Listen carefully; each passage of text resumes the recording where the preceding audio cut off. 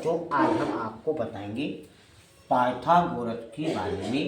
Pythagoras कौन थे? कि यूनान एक प्रदेश था, एक यूनान देश और वहाँ एक प्रदेश था जिसका नाम था ग्रीक के रहने वाले थे।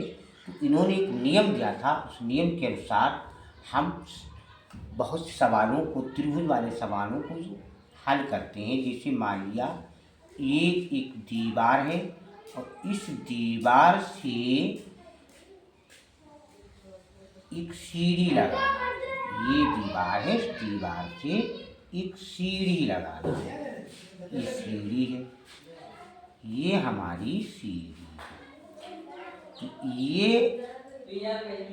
दीवार है तो ये लंब है, ये लंब है। और ये दीवार यहाँ से यहाँ तक, यानी इसको हमने बी मान लिया, कुछ भी मान सकते हैं, बी सी क्यू आर के एल एम एन, कुछ भी मान सकते हैं। तो ये है हमारा ए बी और ये है सी। तो इसमें दो मान दिए होंगे। जैसे मान लिया इस दीवार की लंबाई 6 मीटर है, दीवार की लंबाई 6 मीटर है, और जहाँ इस दीवार की इस बिंदु से, यानी इसके इस आधार से, यानी ये आधार है हमारा जिस पर दीवार खड़ी होगी, तो वो आधार है। इसे हमारा एक बिंदु को रखा हुआ है, तो ये यहाँ इसका आधार है, इसकी लंबाई होगी, चौड़ाई, इसको यहाँ से काट दो तो कर्ण की तरह हो जाएगा, जैसे हमारा त्रिभुज बना हुआ। तो ए और बी से यहाँ तक की दूरी जहाँ सीढ़ी लगाई गई है उसकी 8 मीटर है, 8 मीटर। तो हमको अब ये बताना है कि सीढ़ी की लंबाई कितनी होगी। यानी दीवार 6 मीटर है और दीवार से हम 8 मीटर की दूरी पर सीढ़ी लगाएंगे या कोई रस्सी बांधेंगे यहाँ से सीढ़ी से, तो उसकी लंबाई कितनी होगी। तो हम ऐसे सोच करके नहीं बता सकते। तो पाइथागोरस ने एक नियम दिया था, तो पाइथागोरस पिरामिड बोलते, पाइथागोरस पिरामिड, पाइथागोरस पिरामिड। यानी पाइथागोरस ने क्या बताया था?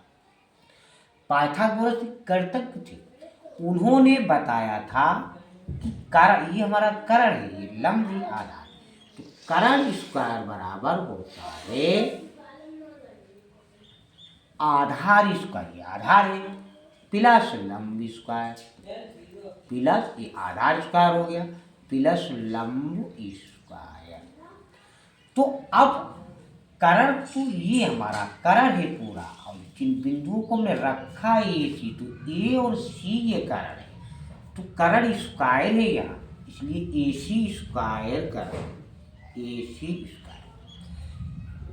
बराबर, तो बराबर है आधार स्क्वायर, तो वो आधार है ये हमारा ए और बी, ए भी आधार है, तो आधार है हमारा 8। तो पहले हम लिख लेंगे ए बी है, तो ए बी लिखेंगे, ए बी स्क्वायर प्लस, तो यहाँ प्लस लंब, तो यहाँ लंब है हमारा बी सी, तो बी सी का, तो बी सी स्क्वायर लिखेंगे। अब ए सी तो निकालना है, ए सी स्क्वायर, तो ए सी स्क्वायर, अब जिसका मान दिया है उसका मान रखिए, ए बी का मान दिया है 8 स्क्वायर प्लस बी सी का भी मान दिया है 6 स्क्वायर।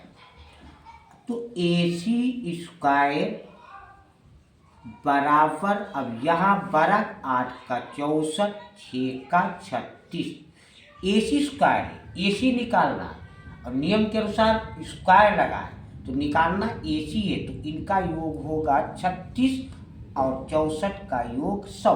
तो जैसे ए सी करेंगे, ए सी निकालना, स्क्वायर हटाए तो ये रूट में पहुंच जाएगा 100, और 100 का वर्गमूल होता है 10, यानी ए सी हमारा 10 है, ये हमारी सीढ़ी की लंबाई 10 मीटर। यदि कर्ण निकालना है, और ये हमारा कर्ण है, अब ये आधार है, ये लंब है, तो जुड़ेगा कर्ण निकालना। अगर कर्ण दिया है और कर्ण दिया है और बाकी आधार दिया है और लंब नहीं दिया, तो यहाँ घटेगा। और अगर आधार दिया है और लंब दिया है, करण नहीं दिया, यानी करण जब हमको निकालना होता है तो जुड़ता है, इसलिए हमने यहाँ जोड़ा है। और बाकी आधार निकालना हो, यानी ए बी या लंब बी सी निकालना हो, कुछ भी अक्षर यहाँ हो सकता है, पी क्यू आर के एल एम एन, कुछ भी, तो आप ध्यान रखिए करण यदि निकाले तो जोड़ेंगे और आधार और लंब निकाले तो घटाएंगे। बच्चों लाइक हो सकता है।